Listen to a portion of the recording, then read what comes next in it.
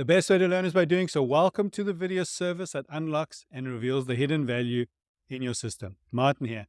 And today we've got a good one. In this video, we're going to explore a material availability date, otherwise known as the MAD date.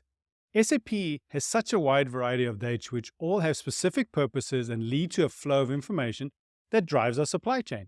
The material availability date is no exception, as is what drives the required on-hand date for MRP, traffic lights, stock on hand, and exceptions. It's pretty important. We don't want to miss out on what exactly it is. So, Christy, why don't you tell us exactly why the material availability date is called the MAD date? Because, Martin, it's the date that the customers get mad if we don't have material available.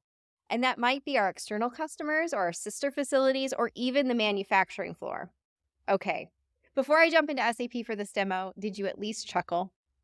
That's it, folks. That's as funny as she gets. Yeah, okay. So what will we see in the demo today? We will explore how the MAD date gets determined and some very important and often overlooked lead time considerations. How it shows up in the stock requirements list and what the impact is on the MRP run and exception monitoring. Off we go. All right, let's go in and see what this MAD date is all about. So, as we previously said, the MAD date is the date that the customer gets mad if we don't have the product available. It's the date that the product is needed to be on the shelf so that all the other subsequent activities that are required in order to get it out the door to the customer on time, based on when we made it and are now trying to keep that promise.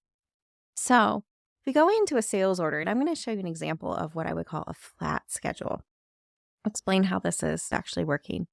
You may see this a lot on your sales orders. And what I want to do is explain what maybe should be happening instead. So let's just go in and we're going to grab the second item and I'm going to go in and I can see that there's a